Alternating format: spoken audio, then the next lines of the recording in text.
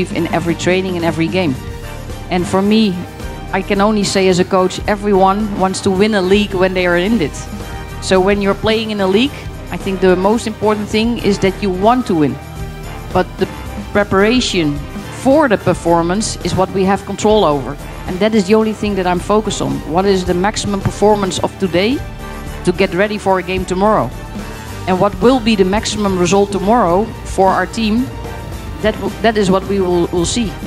I mean, all the teams here are good. That's why we're all here together to participate in WCL. But I mean,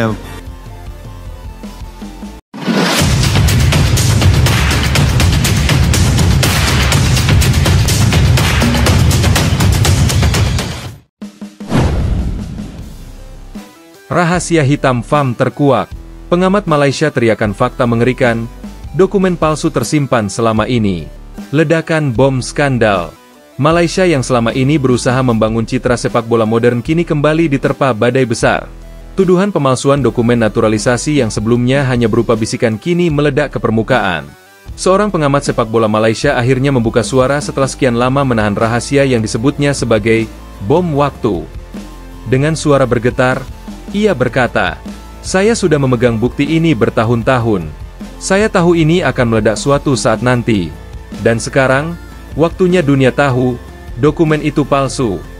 Pernyataan singkat namun menggelegar itu sontak membuat publik Malaysia geger. Apalagi yang berbicara bukan orang sembarangan, melainkan sosok yang dikenal memiliki akses langsung ke data internal FAM. Dugaan lama yang terjawab. Sejak beberapa tahun terakhir, berbagai pihak sudah menaruh curiga pada proses naturalisasi pemain timnas Malaysia. Publik mempertanyakan mengapa beberapa pemain bisa mendapatkan kewarganegaraan begitu cepat, padahal prosedur resmi biasanya memakan waktu bertahun-tahun. Contoh paling mencolok adalah pemain yang baru datang ke Malaysia dalam hitungan bulan namun sudah langsung menyandang status warga negara.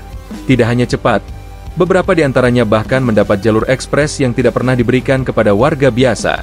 Hal ini sudah aneh sejak awal. Kami menanyakan, bagaimana mungkin dokumen imigrasi bisa selesai secepat itu? Ada yang janggal, dan ternyata benar, dokumen itu hasil rekayasa, kata sang pengamat. Kesaksian mengerikan, ancaman dan teror. Pengamat itu mengaku bukan tanpa alasan ia baru sekarang berani bersuara.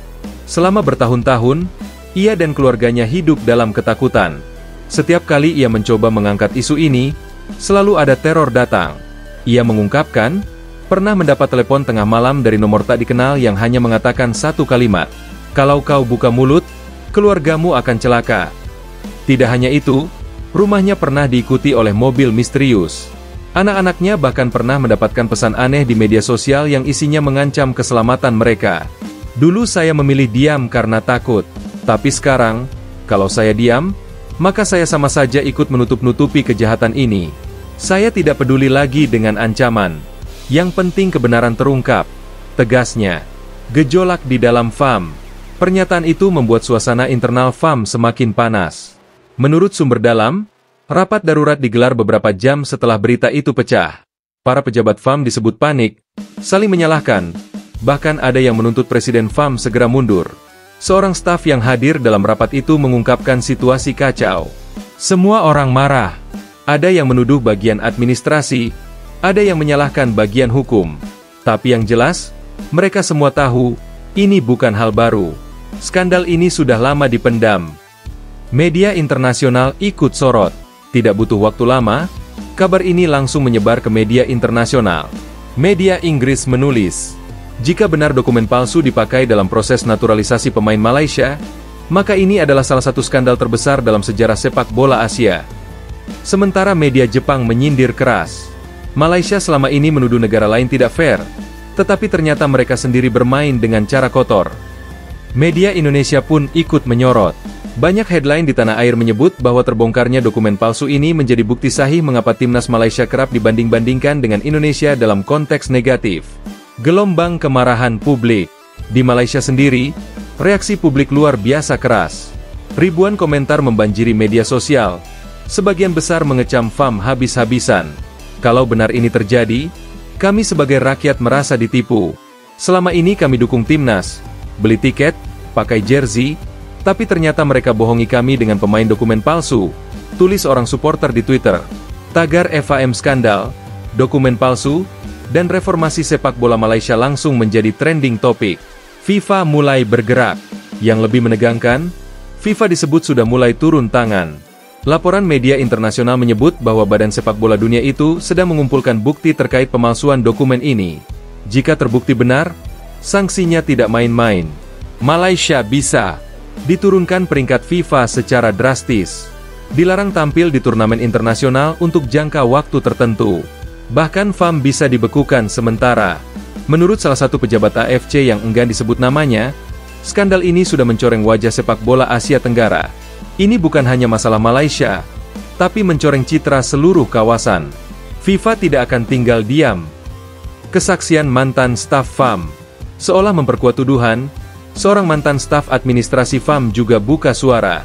Ia mengaku pernah diminta untuk memproses dokumen naturalisasi seorang pemain dalam waktu kurang dari 2 minggu. Biasanya, prosedur itu bisa memakan waktu bertahun-tahun. Tapi saya disuruh percepat. Dengan alasan ini pemain penting untuk tim nasional. Saya tahu ada yang tidak benar. Tapi saya hanya pegawai kecil. Kalau saya menolak, saya pasti langsung dipecat, katanya. Kesaksian ini menjadi tambahan bukti kuat bahwa praktik pemalsuan memang sudah sistematis. Presiden FAM terpojok. Dengan semua tekanan ini, Presiden FAM menjadi sosok yang paling disorot. Banyak pihak menilai dialah orang yang harus bertanggung jawab penuh. Beberapa politisi bahkan sudah menyerukan pemecatan dirinya secara tidak hormat. Tidak ada jalan lain. Dia harus turun.